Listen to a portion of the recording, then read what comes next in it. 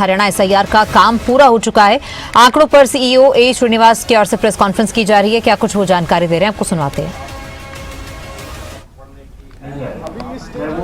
18 साल के भी जो आपका डेट 18 साल की हो गए या नहीं 18 साल का तो आज से 31 से शुरू होगा, वो तो शुरू होगा। हाँ। जो या तो 18 साल का जो हो रहा है वो तो या जिनका फार्म गणना फार्म नहीं आया किसी भी वजह से, जिसमें आप सिक्योरिटी कह रहे हैं या शादी हो गई लड़की की, वो अगर ससुराल में टिकट, ऐसे लोगों को फार्म 6 भरना पड़ेगा। हाँ जी। और फार्म 6 पे कौन नीचे आ रहा है, क्या आप पहले भी मतदाता थे? हाँ, वो आपका इसमें जो डिक्लेरेशन है, उस डिक्लेरेशन में साफ क्लैरिटी है इसमें। जो मैंने कहा था फॉर्म 6 के साथ ये नया एक आ गया है डिक्लेरेशन।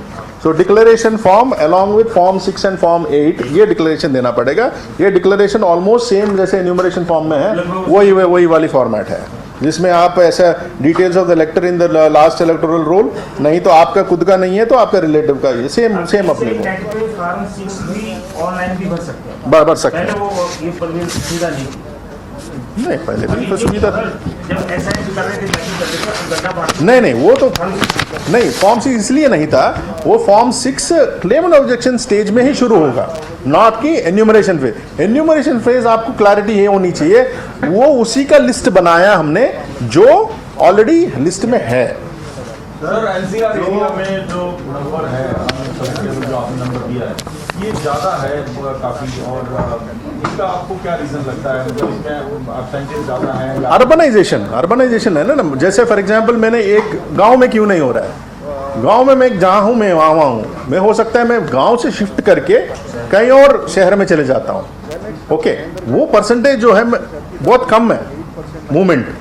यहाँ पे मूवमेंट इस बेसिक इसका जो एन्यूमरेशन फेज से ये भी पता चलता है, ये मूवमेंट ऑफ पीपल जो है काफ़ी हुआ है हरियाणा में, काफ़ी हुआ है। एंड मान लेते हैं ये दो महीने के अंतराल, मतलब ये जो क्लेम एंड ऑब्जेक्शन के स्टेज में 1 मंथ का जो फेज है, मान लो मेरे पास ये 40% और ये अराउंड 20 लाख जो है, मान लो मैं 15 लाख वापस आ जाता है मेरे पास फॉर्म 6 के माध्यम से। वो मतलब है कि पंचकुला से गुड़गांव आ गया, गुड़गांव का यमुनानगर चले गया, ये ऐसे चला हुआ है। अच्छा सर, एक और जो ये आपने आंकड़ा दिया है एब्सेंट और डिफेक्ट का, इसमें सर अगर एब्सेंट और अदर्स की कैटेगरी में जोड़ लें अभी 10 लाख के आसपास है, जो कि बड़ा डाटा है। तो अभी आप लोगों ने तो अपनी तरफ से प्रयास कर लिए, जो BLO से वो घर गए, जाकर कोशिश की पूरी अप्रोच करने की, स्लिप भी लगा कर आए। तो अब नेक्स्ट लेवल पे आप लोग क्या अब इन्हीं के ऊपर छोड़ दिया गया है, या आपकी तरफ से भी कोई प्रयास किए जाएंगे कि ये लोग नो, इसमें पहले बार हमारे पास जब एन्यूमरेशन फॉर्म्स थी, उस फॉर्म पे इलेक्टर का नाम थी और एड्रेस भी था हमारे पास, तो BLO को पता था कि मुझे कहाँ जाना है।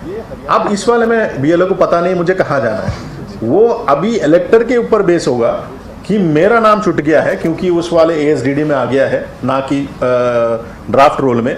तो मेरा ड्यूटी बनता है कि मैं डेमोक्रेटिक प्रोसेस में जुड़ना चाहता हूं, तो मेरा ड्यूटी है कि फॉर्म 6 मैं अपना BLO के माध्यम से, नहीं तो आपका ERO के पास जाके वो जमा करें। BLO को फॉर्म BLO को उपलब्ध रहेंगे ना देने के लिए होंगे। BLO को 6 दिया तो ERO हाँ जी, हाँ दे देंगे। दैट इज हम उसको हम आसानी करने के लिए we have done that exercise. दूसरा जो हमने फॉर्म का जो नोटिस जो 45 लाख नोटिस हाँ इशू करेंगे। हाँ जी, ये नोटिस BLO के थ्रू आएंगे। हाँ जी, we can, I mean see procedure तो कहता है कि आप पोस्ट में भी दे सकते हैं, but we have a system, BLO का सिस्टम है, तो ऑब्वियसली हाँ जी, वो तो मैं BLO के माध्यम से जवाब जा सकता है, BLO इंक्वायरी भी कर सकता है, और उस इंक्वायरी रिपोर्ट AERO को देंगे, और AERO मान लो वो उस रिपोर्ट से सहमत नहीं है तो फिर पर्सनली भी बुलाएंगे AERO। सेंसस की प्रक्रिया जो चल रही है अभी, सेंसस की प्रक्रिया के साथ डिलिमिटेशन की प्रोसेस जुड़ी हुई है, तो SIR की प्रक्रिया पहले हो गई, तो आपको नहीं लगता कि जो डिलिमिटेशन का प्रोसेस है वो कहीं ना कहीं इससे फॉल्टी हो जाएगा सारा? SIR का प्रोसेस और डिलिमिटेशन का प्रोसेस जो है वो कंप्लीटली डिफरेंट कैटेगरीज हैं। We are only putting up the eligible electors as part of an electorate. ये जस्ट हम लिस्ट बना रहे हैं, बाद में परिसीमन में क्या होगा वो तो सिर्फ आपका ब्रेक होगा उस लिस्ट का, इससे और उसका कुछ लेना देना नहीं है। सर एक क्वेश्चन है सर, ये पूरा SIR का मुद्दा है, काफी बड़ा पॉलिटिकल मुद्दा रहा देश में इससे पहले हमने देखा बिहार में, पश्चिम बंगाल में काफी हंगामा मिला पॉलिटिकल पार्टी का। तो मेरे सर इसमें दो क्वेश्चन है। तो हमने देखा पंजाब में जो बीएलए पॉलिटिकल पार्टीज थे वो साथ ही पीएलओ के साथ अभी से कोऑर्डिनेशन बनाए हुए थे, आपके यहाँ पे ऐसा हुआ? और दूसरी बात ये कि आप कह रहे हैं कि पूरा मौका दिया जाएगा जो जितनी भी पार्टीज हैं पॉलिटिकल पार्टीज उनको, तो कैसे आप कोशिश करेंगे सर कि ये जो पूरा एक टकराव की स्थिति बन जाती है चुनाव आयोग के साथ? इससे पहले हमने देखा विधानसभा चुनाव में, लोकसभा चुनाव में एक खास पॉलिटिकल पार्टी ने आरोप लगा दिया वोट चोरी का। उनका कहना है कि वोट्स गलत थे, काट दिए गए हमारे लोगों के नाम। तो इन सबको आप कैसे इसको कैसे मैनेज करेंगे? और क्या बीएलए साथ में अभी बीएलओ के पहले से ही काम कर रहे हैं? इसमें जैसे पूरा एसआईआर के प्रोसेस जो है राइट फ्रॉम द बिगिनिंग तो एन्यूमरेशन फेज से लेके फाइनल पब्लिकेशन के तक, इसमें इलेक्शन कमीशन का क्लियर इंस्ट्रक्शन है कि जो आधिकारिक मशीनरी है सीईओ से लेके नीचे बीएलओ तक, वो पॉलिटिकल पार्टीज के साथ साथ काम करेंगे, साथ साथ हर लेवल पे। मेरा लेवल पे यहाँ पे जो स्टेट लेवल के जो पार्टी प्रेसिडेंट्स हैं मैं उनके साथ मुलाकात करता हूँ। जिला स्तर पर जिला डिस्ट्रिक्ट इलेक्शन ऑफिसर अपने जिला लेवल के स्तर के लीडर्स के साथ, नीचे BLA2 जो हैं वो वहाँ तक हमारी पैरेलल स्ट्रक्चर बना हुआ है। और हमारा तो स्ट्रक्चर तो सेट है अधिकारी का, बट जो पॉलिटिकल स्ट्रक्चर है it depends on the political party. आप पॉलिटिकल पार्टी रखना चाहता है तो रख सकते हैं, नहीं रखना चाहता है तो नहीं रख सकते हैं, वो हम फोर्स नहीं कर सकते, बट प्रावधान है। जैसे फॉर एग्जांपल आपका हमारे पास 20,600 अप्रॉक्सीमेटली बूथ्स हैं, बूथ लेवल ऑफिसर तो अधिकारी हैं, बट उसमें से इंक्लूडिंग मेजर पार्टीज में भी हमारा 100% BLA2 जो अपॉइंट नहीं हुए। और इसमें भी क्या है, जो सपोर्ट जितना मैंने एक्सपेक्ट किया, जितना हमारी अधिकारी मशीनरी जो एक्सपेक्ट किया, मैं तो यहाँ पे बैठ के कंट्रोल करता हूँ, जिले लेवल पे मैं जा रहा हूँ, देख रहा हूँ क्या हो रहा है, डिस्ट्रिक्ट भी DC भी देख रहा है, बट जो अधिकारी ग्राउंड लेवल पे घर जा रहा है, वो मैंने इतने डिस्ट्रिक्ट्स में घुमा हूँ, वहाँ से जो फीडबैक आ रही है मेरे पास, जो BLO अधिकारी सपोर्ट जितना हमें मिलना चाहिए उतना नहीं कहना चाहूँगा, वो ज़्यादा होनी चाहिए। हमें पता होना चाहिए कौन डेड है, कौन शिफ्टेड है जी। ये जो काफी वैसे फॉर एग्जांपल BLA2 हमें बोलते हैं सर हमें पता है ये शिफ्टेड है जी, आप लिख लो।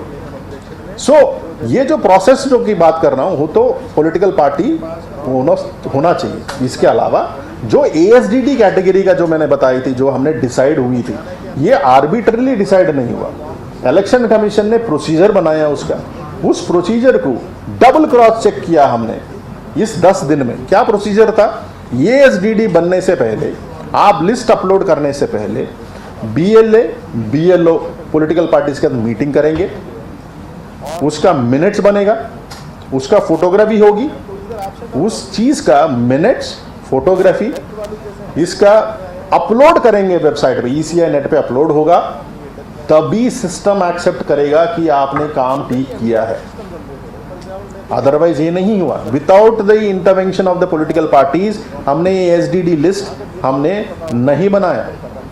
मतलब 20,600 BLO जो हैं वहाँ पे उनके स्तर पर मीटिंग्स हुई हैं और हमने मिनट्स ड्रॉ किए हैं, फोटोग्राफ की एविडेंस हमने सिस्टम में अपलोड किया है। उसके बाद ही जैसे मैंने कहा था, जो सिस्टम पूरा SIR की जो सिस्टम ECI नेट के द्वारा और चल रही है, जो ECI ने बनाई है, परफेक्ट सिस्टम है और इसमें कहीं पर भी गलती किसी का भी हो हम 1 सेकंड में पकड़ सकते हैं और बाकी हम क्रॉस चेक वेरीफाई भी तो करेंगे, बट उस अधिकारी के खिलाफ हमें एक्शन भी लेंगे। सर ये जो ये संख्या कल 34 लाख कल शाम तक थी, लगभग 34 लाख, तो क्या ये कल रात में बढ़ी है या क्या हुआ है? और दूसरा जो डेड हैं या अलग अलग कैटेगरीज हैं उनका ब्रेकअप अलग अलग है?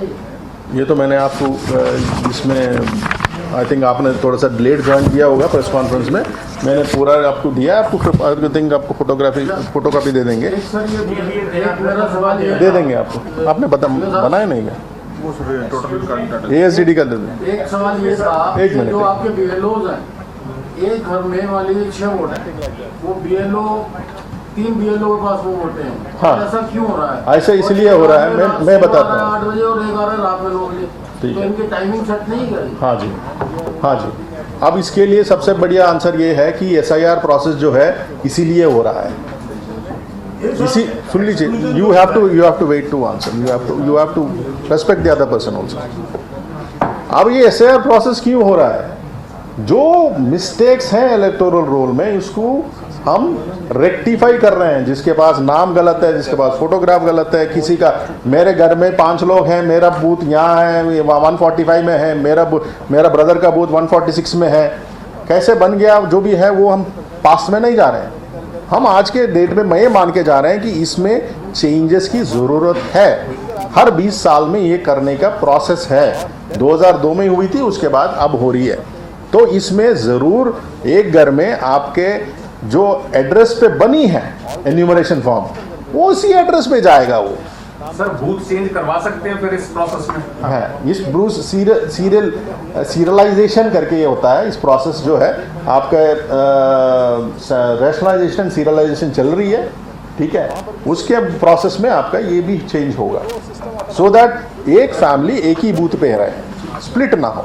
एक इसमें इशू आया था, अभी आपने मैपिंग कहा कि जो गणना फार्म आया है मैपिंग, तो गणना फार्म के हिसाब से मैपिंग दादा भाई या पेरेंट्स की किसके भी देना, तो वो कमी कहाँ रहेगी? कहीं आप अपलोड करने में तो कभी नहीं।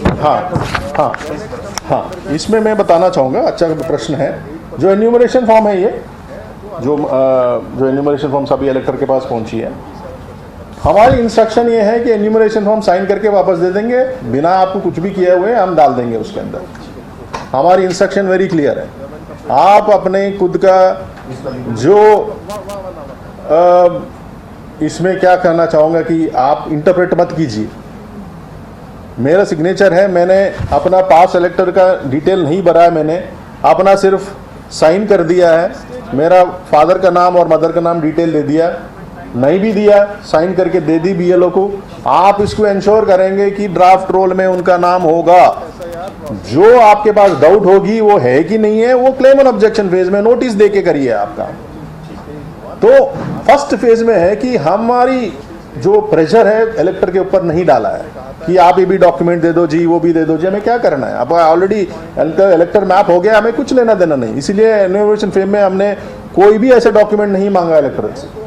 अब हमारे पास डाउट आती है, तो सिस्टम जनरेटेड डाउट है, तो हम जाएंगे वापस उनके घर पे, बीएलओ ले जाएगा, हाँ जी मैं आपके नहीं आया, लिंक कर देंगे।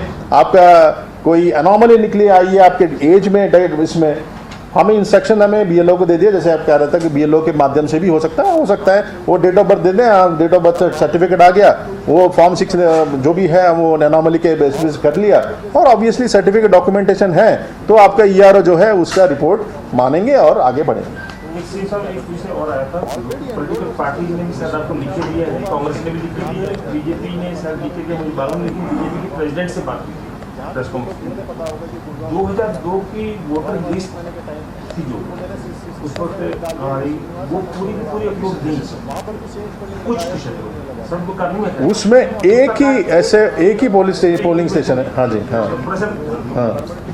क्योंकि उदाहरण अपना दिया देना चाहिए, तो जाए किसी और को करता नहीं। जैसे मेरा वोट कालका कंस्टिट्यूएंसी में कुछ और नहीं, 2002 मेरा और मेरी बच्चों का नहीं, वो वोट नहीं है ना, पीडीएफ फाइल में है जो आपकी हार्ड कॉपी है, ना वो सॉफ्ट कॉपी में है, एनुमरेट नहीं होता।